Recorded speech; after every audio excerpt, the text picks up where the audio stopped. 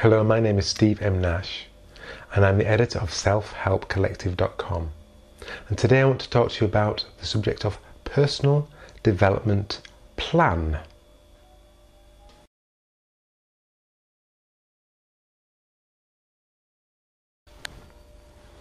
And I want to share with you the wisdom of Alicia Forest, who wrote a piece called Your Personal Development Plan.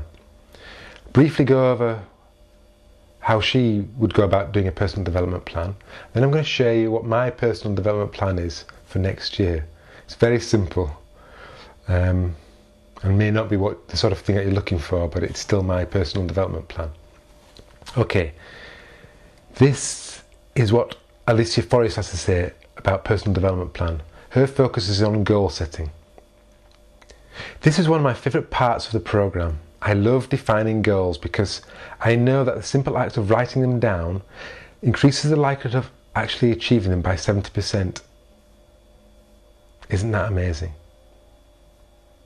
So Alicia then has several steps that she goes about to achieve her goals, her personal development. Step 1. Break your goals down into the following 5 categories: family goals, social goals, physical goals, intellectual goals, spiritual goals. Step 2. Grab a pen and set a timer for 5 minutes. Brainstorm anything and everything you can think of for each of these categories, giving each 5 minutes on the clock. Don't censor yourself. Step 3. Once you've completed brainstorming for each of the 5 categories, give a timeline to each of the goals you've written down. Remember that a goal is a dream with a deadline. Step 4. Choose your most important one-year goals in each category and write a paragraph about why you are committed to achieving each of these goals. Know that if you have a big enough why, the how will come.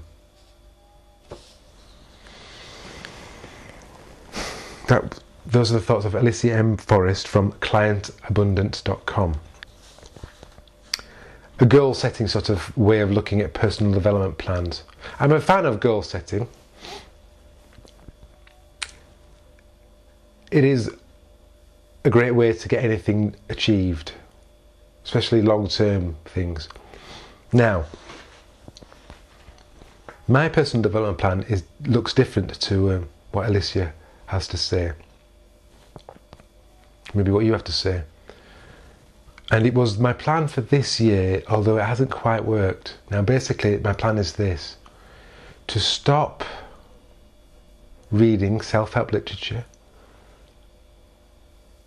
and to minimise visiting self-help blogs and self-help websites and on relying on other people's wisdom, and to turn to myself whenever I get an opportunity to test out what I've already learned.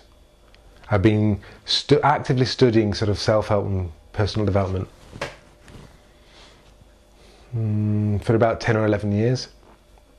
That's a lot of learning, and I've committed the cardinal sin somewhat of not putting what I've learned into action. It's time for action. So there's going to be many situations that I'm going to find challenging next year, because I think I'd like to change my life, change where I live, change what I'm doing, move away a little bit from working for myself on my own and go towards working with others, especially working with young men in need of assistance and encouragement and support. And so I'll have many challenges, and I could buy a book on how to work with other people. I could buy a book on anything I want to sort of do, and usually that's what I would do: buy the book, read the book, do the thing. Instead, my personal development plan for next year, 2012, I'm recording this video in December 2011, is I know enough. Go inside for the answers. When I struggle, go inside for the answers. If I'm feeling like I want to ask somebody for some help, think about what they would tell me to be the answers without asking them. Think about what they would say are the answers. I go back inside myself and look for the answers.